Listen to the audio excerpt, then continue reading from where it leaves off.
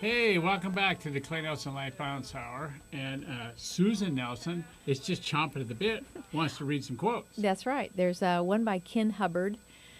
Don't knock the weather. 9/10 of the people don't start a conversation if it didn't change once in a while. Whoa, cool. Well, you lots of times you start the conversations. Whoa, what do you think about the weather? It's snowing outside. That would be for Santa Barbara. That would be a big conversation. I'd be running outside to see it. Yeah, Me too. What's the next one? Margaret Chase Smith said, "One of the basic causes for all the trouble in the world today is that people talk too much and think too little.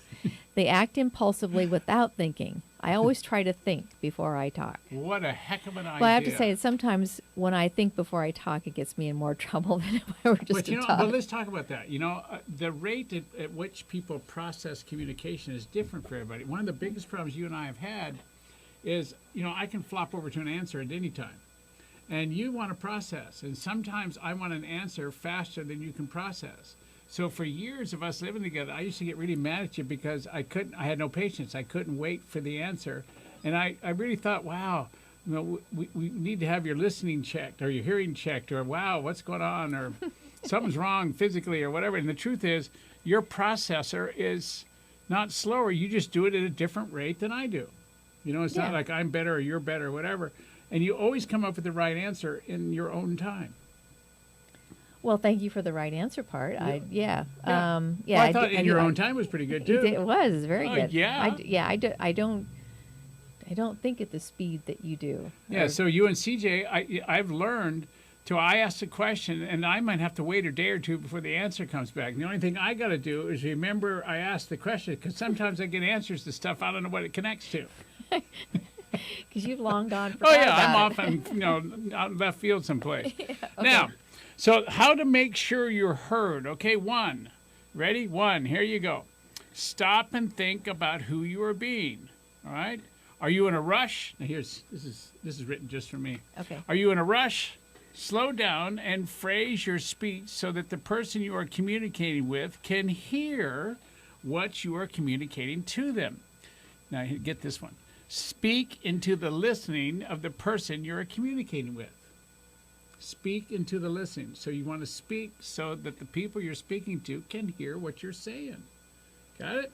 Now, don't assume, and that's number two, don't assume anybody or anything. Assumptions are the termites of relationship. Henry Winkler said that. What a guy. The Fonz. Mm-hmm. Okay? Assumptions are roadblocks to clear and effective communication. Now, we've never had to deal with assumptions before. No. No. All right? You can't assume that what you want the person to hear is what they are hearing. You need to language your speaking or your speech so that the person can hear what you want them to hear. Now, notice how calmly I'm reading this? Mm-hmm. Notice how calm and together I sound? That's not who I be in a lot of my communications. I'm always in a hurry. The phone's ringing, fax machine's going off.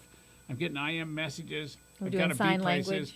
You and I are doing sign language, all kinds of things. Writing notes. And I'm pointing my finger at something. There's 14 things over there, and you choose the wrong thing, and I make you wrong. I go, what's the matter? Can't you understand what my finger means?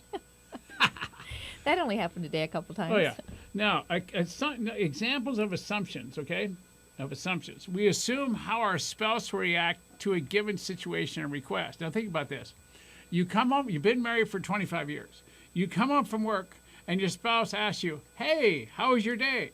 And you look at your spouse and you go, we've been married for 25 years. Don't you know how my day is? I mean, like your spouse is supposed to know who you are, how you feel, and what's going on, and because that's the way it is. Not true, huh? Not true. No. We assume we know what our children are thinking and are capable of. And you know what? I've learned it's taken me, 30 years to figure that out, but every time I assume something about my kids, usually I'm not correct. All right? Usually I'm not correct. We assume those we work with can read our minds, and then we get angry with them and blame them when they fail to do so. No, that's probably never happened to you. How about you, Diego? You and your girlfriend, you don't try to read each other's minds, do you? Never. Yeah, right. Okay. How about you, Sid? You ever tried to read my mind? Oh, lots of times. Like you go, what would you like for dinner tonight, dear? I said, honey, we've been together for 30 years. Don't you know what I want? Same old thing. And you go, no. I said, well, what's the matter with you? I mean, yeah. Oh, that's creative. Do I have? Yeah. Yeah. Do I have to know it all? Do I, geez, you're supposed to know. You're the health person. I mean, you get it? I mean, that's what people do. They really do. We really do. Okay? It's like you go into a doctor's office. You doctor, it hurts over here. And when they say they don't know the answer, you want a new doctor. I mean, get real. All right, now, we assume we know stuff about the world and people around us, and this stops our listening, our growth, and our effectiveness. We also assume, when we assume, we rob ourselves of being present to what is possible. We risk becoming stagnant, not moving forward with something that we should move forward with. And guess what else? When we assume, remember this is step number 2 I'm talking about and how to make sure you're heard. When we assume, we stop or lose our creativity because we're always disappointed. And then we go into the land of be right. And whenever you're in the land of be right, learning stops. We risk making avoidable mistakes, and we lose face. And you know what losing face means? It's like we get embarrassed. We don't look good. As adults, our whole world is all about looking good. We got to be right and look good all the time. That's what. If you're over 8, that's your job in life. That takes a lot of. Totally. All right. As Overwright said, one half of the famous Wright brothers said, if we all worked on the assumption that what was accepted is true, and I mean really true, then there would be little hope for advance. Or how about this? In 1929, we wanted to close down the U.S. Patent Office because somebody said everything that we need was already been invented. This is 1929. And check it out.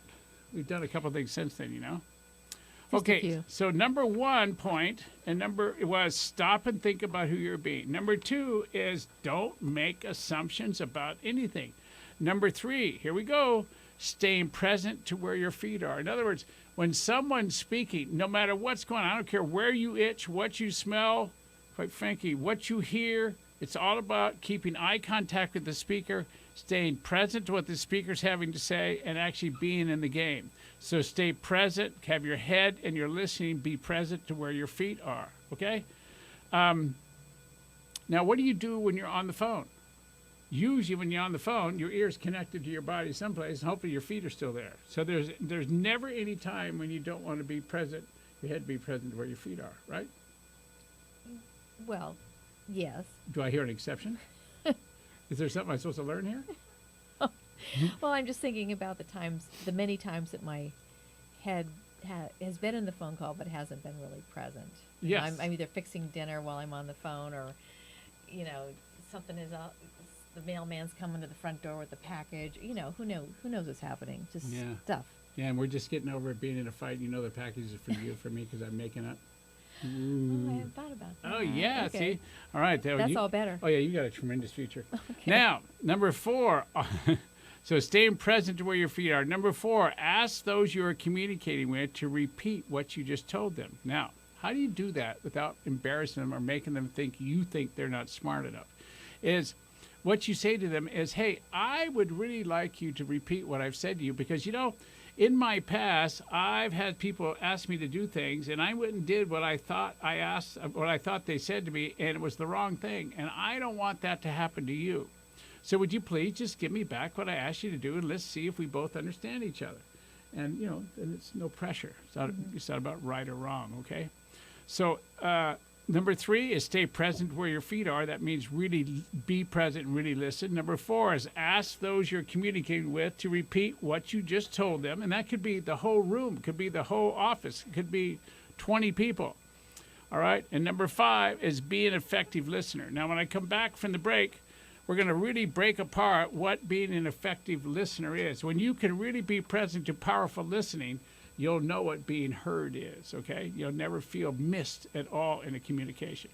So I'm Clay Nelson, and this is Susan Nelson, and we're talking to you from KZSB AM 1290, and the show is Being Heard. Okay, come on back.